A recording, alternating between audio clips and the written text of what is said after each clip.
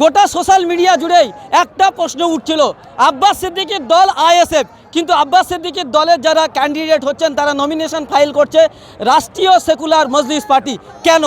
এ প্রসঙ্গে সোশ্যাল মিডিয়ায় আব্বাস সিদ্দিকীর বিরুদ্ধে নানা জনের নানা রকম মন্তব্যে রীতিমতো আইএসএফ কর্মীদের ব্যাহত করেছিল। তার কি জবাব দিলেন পীরজাদা আব্বাস? আমাদের মধ্যে কোনো দ্বিমত নেই, আমরা একটাই ফ্রন্ট, আমাদের একটাই লক্ষ্য, সংযুক্ত মোর্চা।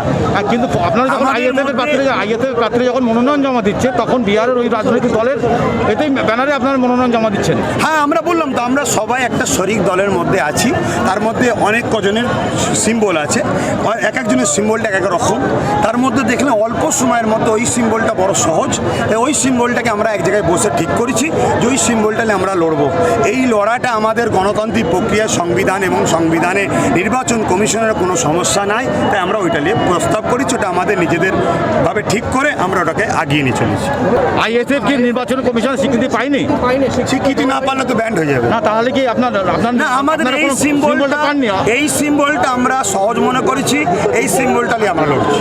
মানে জাতীয় নির্বাচন কমিশন তরফ থেকে আপনাদের কোনো সিম্বল পাইনি? এই সিম্বলটাকে আমরা সহজ মনে করেছি, এই সিম্বলটা লড়ছি। ক্যামেরায় রুল আমিনের সঙ্গে শাকিরুল ইসলামের রিপোর্ট, এনবিটিভি।